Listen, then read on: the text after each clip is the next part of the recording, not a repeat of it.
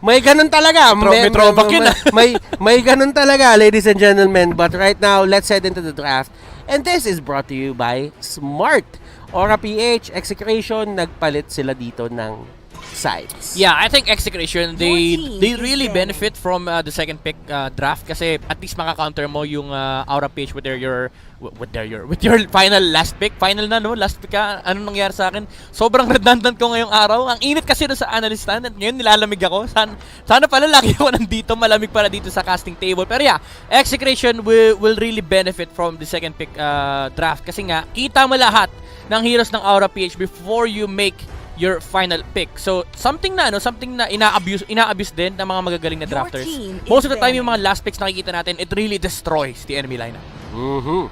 Now, looking at the bans na meron dito for both of these teams, Diggy ayaw pa rin talaga pakawalan ng Execration kasi from hindsight, nakikita natin na Mpl-Ph is one of those teams na talaga nag-utilize ng Diggy at mataas yung win rate nila doon. Yeah. Although not perfect, One loss. One loss. Kasi I think si Blacklist has 2 loss with the Diggy. Diba? So, it's not perfect for the side of Mpl-Ph. May mga times na nadapa din sila with that Diggy pick. Pero, kung susumahin mo, mas marami pa rin yung panalo eh. So, just take account for it. It's the best in the league right now. Yan. Aura, starting off with a Ling. So, kanina binan out nila to. Ngayon naman, kinuha nila. Lord Hades, siya ang nabibigyan ng priority talaga. And I think for the side of Execration, safe ba na kumuha na sila ngayon ng isang jungle? I think so. Kasi nakita natin, Execration, di nila pinalusot yung Selena. Something na pwedeng in-expect ni Mpl-Ph. Now, the first pick of Mpl-Ph is between two heroes eh. It's either the Cho, which is lumabas na for Execration, or the Ling. Kasi kapag binigay mo yung Ling sa Execration, you'd be giving the best assassin of the patch. Kasi nga, yung buff na dumating kay Ling, no, yung plus 40 damage, napakalaking impact nun pagdating sa early game. And KLVG is a Ling specialist. Now, Execration kumuha sila ng Barats and Cho. So I'm expecting Mpl-Ph to pick up a Lunox and something else dito sa side nila. Ano yung tingin mong slot dun sa something else na yun? Feeling ko ito na yun eh. Kasi kapag pinalusot pa nila yung Lunox, Execration might pick it. They have a good they have 2 good Lunox players, and the thing is kailangan mo ng subsidiary core. Subsidiary para kay Link kasi you already see the Cho and the Barats of Execration, 2 picks na alam mong directly answering the Link pick of Mpl-Ph. Ano ba ibig sabihin ng subsidiary? Subsidiary ibang term, secondary core. Secondary core. So ibig sabihin, if ever man hindi kulang yung damage output dito ng Ling o hindi siya maging successful, i-supplement mo. So this is going to be a Lunox, and tama nga si Midnight, it's a secondary core para sa side ng Aura. Execration right now, given na dalawa na tong nakuha, and actually may sagot naman sila with sabihin natin, with the Cho. I think Pakito is good, pero Kagura ang pinili ng Execration. I understand the idea kasi alam ni Execration na si Benny QT yung maglalaro ng Lunox. So as much as possible, you'd want to remove the Heroes of Greed once again, no? Wala nang Barats, okay? Wala nang Game 1 possibility, walang Matilda, walang Selena. Now, Mpl-Ph is locked in with the Farsa. Either that or Natalia. So I understand perfectly the reason why they picked up the Kagura immediately for Execration. Pero again, Pakito is still up for contention between these two teams. Alam mo, ngayon tinitignan kong pabalik yung ginawa dito ng Mpl-Ph. Parang handa talaga sila na lumabas yung Kufra ni Chakno nung game number 1 eh. Kasi yung mga bagay na i-formulate mo lang kung meron talagang sobrang galing na Kufra player dun sa likod. Ibibigay mo yon, ipapain mo siya, nung komportable na siya, tsaka mo siya binatuhan ng curveball, tsaka mo siya binatuhan ng distraction na, ay, may Barats pala kami. Pero feeling ko this time around, sabi ng Mpl-Ph, ang galing. Ang galing mag-Kufra. Ban na lang natin. Well, kahit may Barats sila, hindi pala Barats, kahit may Barats sila. Natalunan ang dapat matalunan eh. Sabi ng Aura talaga yun, huwag natin bigay. Imagine mo, second ban. Saka nakakita ng team na nagsa-second ban ng Kufra. Well, actually nga, nawala na nga yan sa kadar eh. Pero, hindi na nga pinipik eh. Hindi na nga pinipik ng kakamihan, halos, pero dahil lang sa isang Chakno, nakikita mo na sa second spot ng first phase banning for the side of Mpl-Ph. Execration, on the other hand, Angela naman ang tinanggal nila. Tapos si Aura, Lance ang ayaw nila ibigay kay Kiel. So pinipilit nila si Kiel na pumili ng ibang hero dito. Yep, they want to force Execration to play a marksman, pero if they want to do that, they should ban out the Hayabusa. And ang ganda nung Natalia ba na, they're really forcing Greed to play the Farsa. Something na mas pabor sa kanila kasi meron silang panghuli and at the same time meron namang sustain with the Barats. And ang kailangan sila nang gawin dito is overwhelm Aura-Ph pagdating sa mid-game engagement. So they really need to force out Aura-Ph to pick the Farsa for Greed. Mas gusto nila yung Hayabusa. Oo. Kasi tinanggal nila yung Granger and to be honest, Midnight, ngayon ko lang to nakita. Granger, hindi siya napili sa first phase at naban siya sa pinaka 5th slot ng banning. Grabe, grabe yung flex ng dalawang team natin. Pero I get it na mahirap din kasi laruin yung Granger against mahirap laruin yung laro ng Aura-Ph against a Granger even though you have a Ling. Number 1 ang kayang gawin ng Granger is burst down Benedetta and Lunox before they push objectives here for the enemy side. And mas maganda na maglaro ka ng Lunox against Hayabusa kasi kapag nag-shadow kill yan, what you can do is Order of Brilliance. Nostra, ladies and gentlemen, Hayabusa nga ang pinili ng Execration. Mathematics. And it's not because nakita din talaga natin itong mangyayari. It's because pinilit or pinersa ng Aura-Ph na gamitin talaga to ng Execration. Kasi alam nila na hindi rin magiging maganda kung ipipilit nila yung Claude. Yep. And isa lang naman to sa mga possible piliin nila. And talagang nadikdik dito yung jungle ng Execration. Pero Aura-Ph, Curveball na naman. Greed Lunox. Wow. Killwash picking up that Alice and JP kinuha yung backshot. Now, hindi ko naman sinasabi na sila na yung gagamit niyan. Pero, sila yung dalawang pumili kasi sila yung nasa last slot. Execration. Harith. Ano ang gagawin nila? Will they go for a Harith? I agree, Kelra could play the Harith. Yeah, this is an easy Harith game. Even though may Lunox, yung Aura-Ph, I think you're forgiven. You're given a pass to pick Harith here just because of the fact na nakaling Alice and Baksha yung Aura-Ph. It's really a good last pick for Execration if they want to go for it. Kasi ang ibang option lang nila dito is Esmeralda. Esmeralda or Harith. And they will go for a Harith. Ladies and gentlemen, We did not, guys, relax lang kayo. The connection. Hindi kami galing sa future, no? Hindi kami galing sa future ni Kyrie yun. Kyrie. Pero, magagaling na talaga yung drafters ng dalawang team. Yeah. Given the idea na itong dalawang to nagtagisan ng talino and pinili naman nila yung mga heroes talaga na magiging beneficial para sa kanilang dalawa. Ngayon, may mga sagot yung Aura, may mga sagot yung Execration. Now, Midnight, if I'm going to ask you, since you are the analyst, sino ang nakalamang sa draft? Execration, hands down. This is probably the best draft of Execration I've seen in the tournament. It's two things. It directly answers Aura-Ph, and this is the first time that I've seen Aura-Ph try to adjust their draft not to get out-drafted, pero they still got out-drafted. Kasi kinerveball yung Lunox pero na-out-draft pa rin sila nung Harith last pick. So, both teams, may mga sagot-sagot sila dito, but remember, 50% of the battle is the draft, and the other 50% nandoon sa Celestial Palace. This is game number 2, Aura-Ph versus Execration. If gusto tayong dali na Execration ng game number 3, kailangan nila manalo dito. Yep, they have the best chance this time around. The Hayabusa can easily snowball on the early game. Kasi pag tinignan natin yung heroes ng Aura-Ph early game, they have no early game movements aside from Killwash trying to make rotations on the Benedetta. But again, looking at the side of Execration, they have the Barats and they have the Kagura. Tapos meron pa silang Cho na kayang tumulong din pagdating sa pickoffs. Si Chakno nandito na rin at pinipilit niya talagang kulitin unti-unti. And yung pagiging involved niya na ganyan, hindi naman niya talaga focus na nakawin yung purple. Ang gusto niya gawin doon is, yes, siguro manakaw yung purple, pero the main objective ng pagpunta niya doon is to force Lord Hades na gumamit ng retry. Yep, parang yung ginawa din ng Aura sa kanila nung game number... actually, Execration din pala gumawa nun nung game number 1. And the thing about this rotation from Chakno is it makes it sure na Aura-Ph ililish nila si Lord Hades kasi kung hindi nilish ni JP yung link kanina, ilang sipa yung aabutin ng Ling bago niya makuha yung purple buff. A lot of thought process na nabato doon sa maliit na segment ng laro, pero still it makes all the difference in the world para dito sa dalawang teams na to. Execration on the other hand, Kelra level or level 3, parehas rin ni Benny Cutie.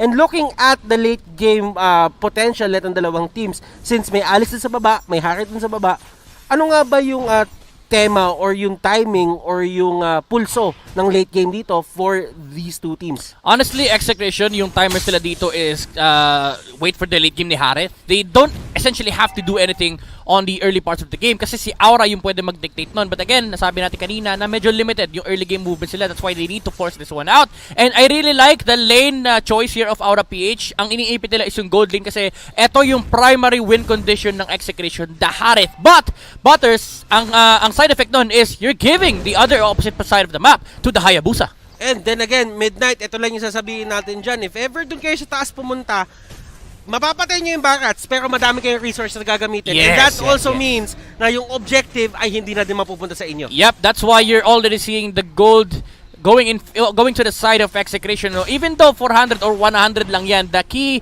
element here is that Execration sila ang lamang sa late game. Yes, may lunok sila for the side of Mpl-Ph against the Harriet.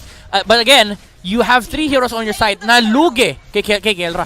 Ito yung napapansin ko, parang hindi talaga nagbibigay ng kahit anong priority dito yung side ng Aura sa pagdating ng first turtle. And right now, JP, napili siya ni KelVJ. The shurikens will come out, pero hindi enough yung marks para gawin yon. Yeah. And especially pag may 4 turns ka, doon sa baba! Solo kill! ng kill! Pero sabi ni Lord Hades, sige, susubukan kita ibawi. Chakno nandito sa may area. And Benny Cutie, wow, nakuhaan siya ni Kelra ng isang kill. That was a solo kill, ladies and gentlemen. Even though lugi naman talaga sa matchup, pagdating ng level 4, it actually changes. Kasi si Benny Cutie, ang kailangan niya lang gawin dito is clear the waves. Pero sabi ni Kelra, MVP ka 2 linggo Alam mo, eto na yung pinag-uusapan natin eh. Meron 2 Azure Blade si Harith. Oo. Bakit nga ba siya meron 2 Azure Blade dito? Kasi nagpo-proc yan, sabay. Kumbaga, ano yan, isipin nyo guys na individual items yan. Na kahit 2 yung bilhin nyo, hindi lang isa yung proc, kundi 2. And those 2 items can be converted into Calamity Reaper and Thunderbelt. Napakaganda nung huli ni KelVJ against Lord Hades. Shadow kill, shuriken, kahit tumalbog pa yun sa iba, doesn't even matter. KelVJ still got the kill. Yep. And alam mo, Butters, going back to sa Thunderbelt idea ni Kelra, it's actually good against Mpl-Ph. Pero ang daming engagement dito, Butters! And wow! Yung plano ng Aura na pinipressure nila yung bottom lane, Execration answers it with their own pressure at mas naging successful sila doon. Yep, alam mo, sabi nila, ito pala primary win condition nyo, si Benny Cutie pala. Siya na lang, guguluhin namin kasi yung Barca sa may top lane, kahit namatayan, okay lang, wala silang pakialam. And ang daming nagamit na resources, as you can see, nagamit, actually, ilang ultimates yun? Apat na ultimates, just to take down Renjo. Barats yan. Ang ginagawa lang naman ng Barat, stay lane, keep the stacks. Pag nakuha niya na yung Guardian's Greaves, yung Guardian's Helmet, join the fights! Join the fight! M2 World Championship. Yup. Dito naman sa may turtle side, KelVJ, he's gonna try to get this turtle. At pinaproc niya yung mga shadows kasi meron din naman kahit pa paano damage can. Yep. Min-maxing kung ano mang meron ka doon sa may taas, may push na nagaganap, pantay na sila ng baba, 1-1 sila sa turrets. And looking at this, KelVJ, nakuha pa nila yung orange buff ni Ling. Oo, pero alam mo, efficiency yung ginagawa ni KelVJ. Yung pagkatapos yung turtle, makaka-shadow out siya. Oh, and look at that. Reset yung turret damage. Oh! At Greed napilitang umalis. At titingnan natin kung paano siya makakatakas dito. Eto Max, nasa area na din. Meron pa ba siyang brilliance para makatakbo? Yes, meron pa. Pero grabe yung rotation na ginawa dito na side ng Aura. Napakalayo niyan from coast to coast. Pero walang mangyayaring pick-off or walang mangyayaring fight. Yep. Alam mo na, ang lupit din talaga ni Kilowash. If it was any other player, they would have chased the Harriet kasi alam nila na wala naman na Summon Force eh. Even though magkukuldon yun, kayang-kaya niya patayin yun within the time frame. Pero kasi kakakita niya ng Kichakno. So iniisip niya na baka kahit habulin ko tong Harriet, baka mapatay ko, pero mahuli naman ako ni Chakno. So there's a lot of risks involved there with the Benedetta trying to chase for the kill. So ang sabi ni Kilowash, disengage na lang ako. Okay, so Renjo nahuli, Chaos Darkening, ginamit lahat, binomba si Renjo. Sama mo na si Lord Hades, 0-3 si Renjo, pero ginagawa niya lang din yung trabaho niya talaga eh. Oo, alam mo, sabi ni Kelra dito, Renzo, trabaho mo rito, mamatay kasi kailangan ko mag-farm. And right now, Kel-VJ is trying to return the favor against Aura, pero lalaban pa rin ang Mpl-Ph. Ang ganda na huli ni Benny Cutie. Flick out! Just in time. Eto Max, nagkahulihan na. Lord Hades goes down. Kel-VJ gets a kill on Benny Cutie. At ang daming nawawala dito sa side ng Aura. Pero sabi ng Aura PH dito, mas kumpleto kami. Make that a 3-for-2 trade in the favor of Aura PH. Pero ito, tignan mo yung trademark ni Kelra. Alam kasi ni Kelra kung kailan siya lalaman at kung kailan siya mababak. Ginamit yung Zaman Force to clear the wave in the middle lane. Pero ang primary answer ng Execration dito is just to farm. Pare, you're so konyo. I'm so konyo, pare. I'm so sorry. Konyo, pare. Look at this! 4.7k on both Kel-VJ and Kelra. Oh, nakuha yung turtle pero nasipa si Killwash. And Kilowash will be the target. Kelra nakuha. Nakita mo yung pinipredict niya yung dash ni Benedetta. Sabi niya, dadash na dito eh. Well, kailangan yun talaga kasi tamaan. Yun yung isa sa mga downside ng Chrono Dash eh. Oo. Yes, maganda yung Chrono Dash, mabilis mag-cooldown, pero pag hindi mo natama, hindi rin mag-off cooldown. Pero yung talaga, yung Sinker Fisher, pinipredict niya kung saan dadaan si Kilowash. Kaso masyado siyang pogi. Sabi niya, sige, tira ko na lang. Oh, yeah, well, nakuha din naman yung kill. Yeah. Hindi naman nagmamatter kung na-predict niya o hindi as long as he gets the kill. Now, Benny Cutie. Grabe yung pressure sa kanya and looking at his score right now, 0-3-4. Oo, this is probably the hardest game for Benny Cutie in the entire tournament. We've been seeing the shutdowns on Aura PH, but we've never seen Benny Cutie shut down on his Alice. Right now, he is trying to recover yung nawala sa kanya sa bottom lane while Kelra is just completely snowballing. And again, the nature of this matchup, lamang ang Harit, Butters. Doon sa may baba, merong pick-off na nagaganap and Renjo, mababa-flicker out lang siya. Nahuli siya nung Flowing Blood at nung root ng Alice. At sinamahan pa ng Chaos Darkening, pero dahil nga sa flicker siya ay mabubuhay. At marami ng buhay na nasalba ang flicker. Yep. Pero ngayon, nandito siya na naman. At siya na naman ang pinili. At siya na naman ang uhulihin. And Renjo, mauhuli siya ng Tempest of Blades. Pero still, the fact remains, ginamit mo pa rin yung Tempest of Blades. So that means, dito sa ginagawang push ng side ng Execration at doon sa gagawin nilang push sa taas, wala kang Tempest of Blades. Yeah, the thing is, Aura PH, they're getting what they can. Kasi ang problema, hindi rin nila kaya contest yung Hayabusa and yung Harit at this point. So Execration, they're happy with that. Even though ang nasasaktan dito is Renzo, no, yung item build-up ng kanyang sustain item might be delayed. But again, his job in this game is to sustain for his teammates. It doesn't matter if he dies or not kasi ang importante, mag-scale towards the late game ang Execration. Again, napag-usapan natin kanina, walang kailangan gawin ang Execration kundi mag-farm. Just have the items ready on Kel-VJ and Kelra. Oh! Kel-VJ, siya ang unang tutumba. JP, nahuli siya. Kelra dito, just unloading on the side of Aura PH. Greed, nahuli ni Eto Max. At Greed, matutumba. Nandito na si Kilowash and look at that electro final blow sa kita ng madami. Benny Cutie, ayaw na niyan.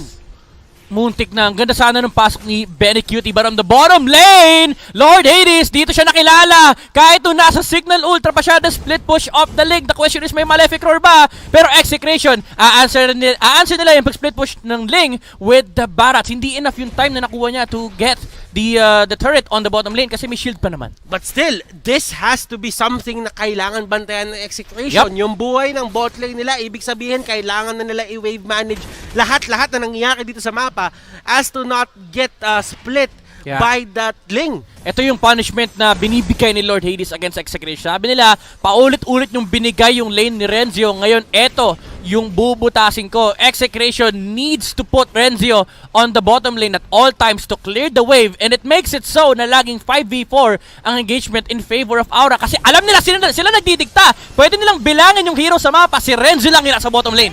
And Renzo, primary target, wala siyang magagawa. Yan talaga yung trabaho niya. Pero Divine Glaive, nakuha na ni Greed. At merong away na mangyayari dito. 4v5 situation. And Greed! Nahuli ni Chakno! Make that a 4v4. JP ang next na tutumba. Benny Cutie going in. Shadow kill. Kumapit kay Benny. Hindi siya makakatakas. Kilowash goes down. Lord Hades nasa baba. Lord Hades nasa baba. At hindi niya na mapupush yan. Yeah, makiklear na ni Chakno yan. And ito yung sinasabi natin kanina. Butters, Execration, sabi nila, sige, pagpapatayin nyo si Renzo, ang papatay namin yung kakampi nyo, Kelra with with the deciding move. Sabi niya, ilaban natin to. He was able to get the kill wash. Mapapasag ata yung baba! Pasag yung baba, pero okay lang. Lord yung kapalit, Kuya Butters. At eto, no. Hindi nabasag. May minion. Hindi nabasag, hindi nabasag. Wala, kung previous patch to, basagin. Oh, pero still, it is what it is. Kamunti ka na yun. Oo. Kamunti ka na. Well, it was a great move then from Renzo na na-realize niya na, ay, teka, may minions pa pala. Kailangan ko bumalik doon. Teka guys, yung bot ko. Yung bot ko. Ngayon, yung side naman ng Aura, talagang inaano nila, sana meron tayong trade na makuha dito kahit nakuha nila yung Lord. I like the choice here by Kelra. He went for Calamity Reaper. Hindi niya tinapos yung Thunderbolt kasi alam niya na hindi naman siya kaya ng Ling. Feather, Oracle to sustain against the... Feather, Oracle na nagsama. Yung Oracle to sustain against the Lunox and the Holy Crystal. Para... Kasi ang different route dito is the Divine Glaive. Pero maganda yung Holy Crystal for the surge of the magic power during the Zaman Pool. And it's somewhat of it's a somewhat answer din indirectly. Oh! Para kay JD. Pero alam mo, nakita mo kung anong ginawa nila dito, Kelra. Just letting his talent show dito sa game na to. At si Ling nandun. Nandun na naman siya, pumunta siya doon para mag-recall. Ang layo ng minion wave. Sabi niya, teka, ang layo pala. Hindi ko pa pala na kailangan ko na umalis dito. Awit sa inyo, pre. Awit, Lods. May nag-call kasi, uy, Lord Hades, push mo yung bot. Pagdating niya, pre, wala namang minions, pre. Wala namang awit sa'yo. Awit sa'yo. Idolo. Alam mo, Butters, Execration dito, naghihintay na lang sila. Probably the next Lord, pero kaya nilang i-take yung natitirang dalawang towers ng Mpl-Ph. Pero again, the next Lord is gonna be the main point of contention for these two teams. The problem is, for Mpl-Ph, there's no real way for them to actually contest against Execration because of the existence of the Barats. Lord Hades, yung energy niya, may energy gap. Pero dahil yan, wala siyang purple buff dito. Wala siyang purple buff eh. Oh, wala siyang purple buff. Kulang, energy gap. Alam mo na, next. Kailangan maglaro ka ng champion way. Mga champion mga kasama mo eh. Energy gap, di pwede. Pag ano ka, may champion way ka, kahit wala kang purple buff. Start your day the champion way. Nice one. No need purple buff. No need purple buff. Pero kasi kailangan mo yun eh. Kasi energy is key. Oo, tama. Actually, pati si di ba? Pati si Hayabusa. Energy is key. Dapat champion way eh. Start your day the champion way. Pero champion na si LPG. Kaya ang lakas niya rito. Oy! Speaking of champions, Lord Hades, takbo! Hindi niya kayang patayin si Etomax. Nagtatatakbo parang akyat bahay, ladies and gentlemen. And Lord Hades, wala siya magagawa. Kailangan niya pihitin talaga yung Tempest of Blades. And that is another opening na pwedeng gamitin ng Execration sa sarili nilang pagkuha ng fights. Walang Tempest of Blades, pwede tayo lumaban. Yep. 70 seconds. The condition now for Execration is to freeze the lane. Prevent Mpl-Ph from getting the resources that they want. Nasipa! Nasipa! Walang Tempest of Blades. Ito yung sinasabi nating opening midnight. Grabe! Chuck 2! With a Chuck Mamba! Sabi niya sa mga kampi niya, pre, walang lipad to, pre! And I think yun talaga yung mismo nung naging call. Oo! Walang lipad to, pre! Walang lipad to, pre! Tara, go natin! And this looks like something Execration has dreamt about dito sa game number 2 na to. All turrets, well, not all turrets, but 2 out of 3 turrets are down sa side ng Aura base. And Execration, may freedom sila magpapasok na sa base ng Mpl-Ph if ever they want to. But the fact remains, auto-push na yung mid at yung bot. Yeah. Oy, grabe. Si Kelra, binenta niya isang Nimble Blade, hindi niya tinapos yung Thunderbolt. He went for the Athena. Kasi alam niya na ang papatay sa kanya dito is si Lunox, pati na rin si Alice. Yung Azure Blade. Yung Azure pala. Yung Azure, yung Nimble. Kulay white yun. Yung Azure Blade, yung kulay blue. Yan. Yan si Lord. Ito na si Lord. Si Lord Hades, nandito na naman sa baba. Ang daming Lord, no? Uy, alam mo, ito lang yung tinitignan ko dyan kung paano talagang makakahuli na naman dito si Chucky. Uy, grabe naman yung flickering. Pero flicker yun. Na-burn. Flicker ang na-burn. But then again, since mobile naman ang isang JP with the back shot, pwede na lang siya gumulong papasok ng laban. Yeah. Although, wala siyang extra mobility para makatakas doon sa fights. That's gonna be a problem against the Haret, no? Kasi kapag nakulong kayo sa Zaman Force, kahit pa sabihin natin makagulong ka, ang daming ways for Execration para pigilan yung paggulong ni Baksha. Oy! Chuck, no! My goodness, with the flicker! Nahuli si Grid! Chuck, no, what a player. Legit, 100%. Yung mga bagay na ginagawa niya dito is making all the difference para sa ng Execration, and your order of brilliance hindi magiging available. And Chuck, no, with that game-winning play. This winning moment is brought to you by Head and Shoulders. My goodness, Butters, what was that? Sabi nila, hindi objective si Lord. Natuto na kami sa match namin sa NXP. Heroes at Towers ang tinitignan ng Execration. Chuck, no.